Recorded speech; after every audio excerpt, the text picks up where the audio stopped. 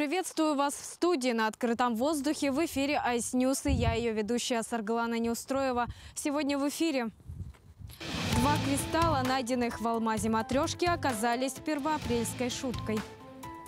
Выставка охотничьих собак прошла в Якутске. Путешественница Марина Галкина вернулась из очередного странствия.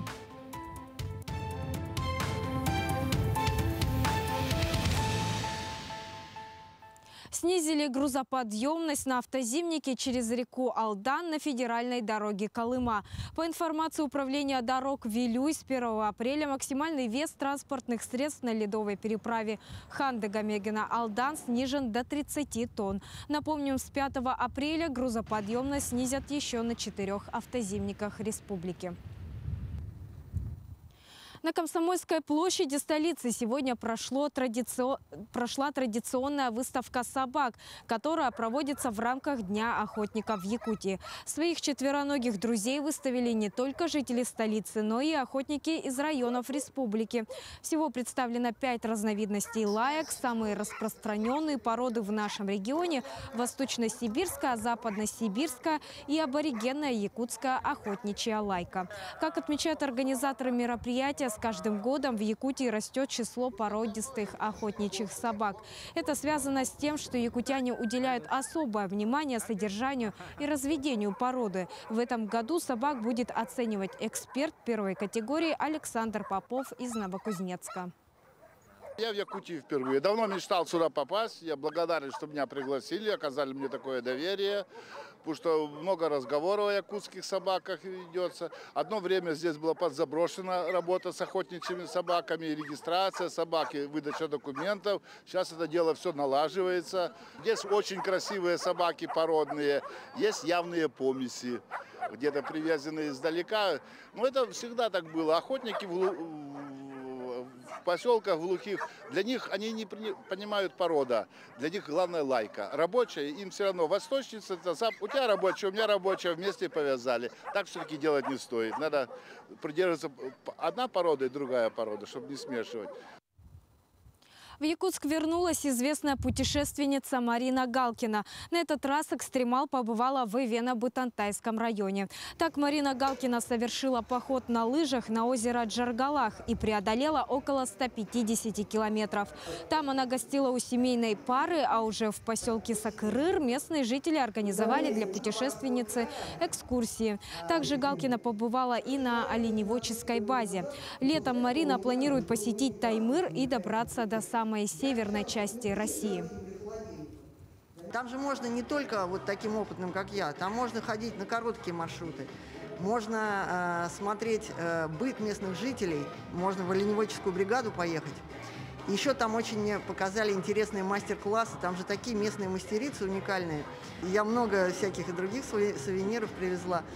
Привезла теплоту души всех людей, которые там, очень удивительно, насколько тепло меня встречали, насколько люди рады вот, людям, которые приезжают, им же тоже интересно пообщаться, услышать что-то новое от других людей. Спасение утопающих не всегда дело самих утопающих. В Ленобласти мужчина спас пса, тонущего в канале. Герой разделся и полез за собакой в воду. При этом в местных пабликах пишут, что спаситель чуть не утонул, но животное на берег все-таки вытащил. Однако, если бедной собаке просто повезло с прохожим, то в Турции кошки берут все дело под свой собственный контроль.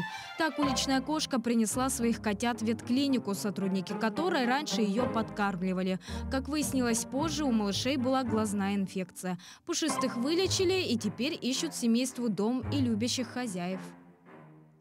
Но отвлечемся от животного мира и перейдем к насущным проблемам. Так, вчерашнее видео о первоапрельском розыгрыше в эфире Ice News быстро набрало просмотры. Общественность на такой своеобразный подкол несчастной ведущей отреагировала положительно. А я буду надеяться, что некоторые все же повзрослеют.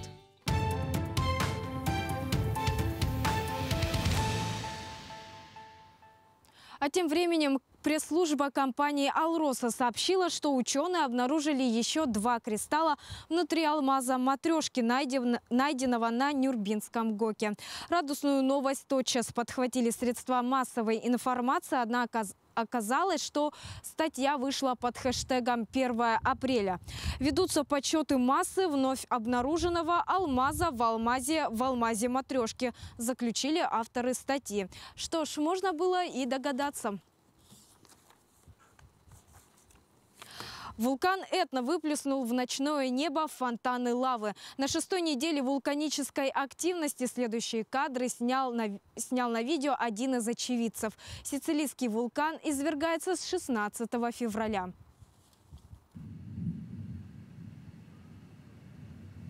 Фонтаны лавы осветили ночное небо над горой Этна в ночь на среду, когда вулкан на острове Сицилия перешел в активную фазу.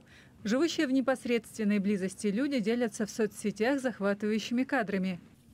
Лаву, медленно сползающую по склону, снял на камеру один из очевидцев. Он рассказал, что поток из юго-восточного кратера не представляет опасности для людей. Потенциальной проблемой могут быть лишь облака пепла. Время от времени слой пыли покрывает окрестные деревни и близлежащий город Катания.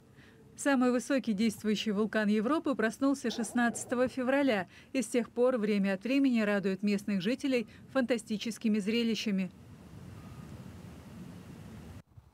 Далее о прогнозе погоды на ближайшие сутки. Сегодня в Якутске небольшой снег, ветер западный 2,7 метров в секунду с порывами до 7-12 метров в секунду. Температура воздуха -2, -4 градусов. Завтра преимущественно без осадков, ветер северо-западный 4-9 метров в секунду. Температура воздуха днем опустится до -12 градусов. На 4 и 5 апреля на юго-западе и юге республики ожидается снег. Температура составит -3, -8 и -3 +2 градусов соответственно. На северо-западе -8, -13, на севере -18, -23 градусов.